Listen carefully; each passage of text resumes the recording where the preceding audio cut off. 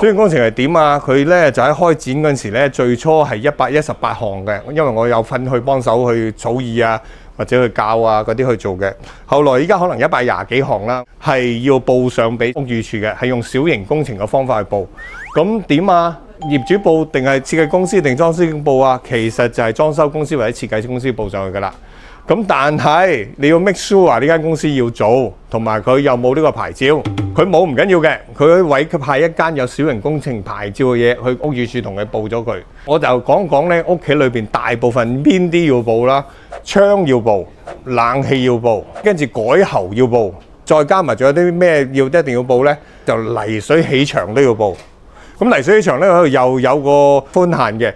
我大概記得咧，如果280尺嘅地方唔超過20尺直尺嘅牆，8尺高嘅就唔使報。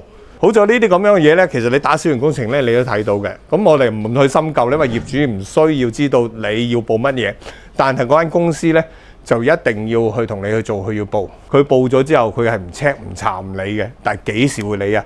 當你屋企有事，令到影響第三者，唔好講自己縱火啦，或者隔離屋縱火啦，可以燒埋你一間，會 check 埋啦。小型工程其實呢個都唔係好大嘅瀨嘢嘅點嚟嘅，因為好多人都會報。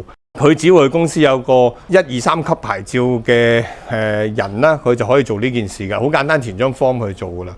咁佢喺開工前做，或者係開工咗14天之內做，就做到㗎啦。咁我哋咧就反而追溯翻咧，譬如真係有事嗰陣時咧，嗰間公司如果仍然仲喺度嘅咧，嗰間公司嘅責任就好大啲咯。但係大家要諗下喎，喺5年之後發生呢件事嗰陣時，嗰間公司可能執咗㗎喎，執咗之後佢唯有就要揾業主㗎啦。你點解當時唔報啊？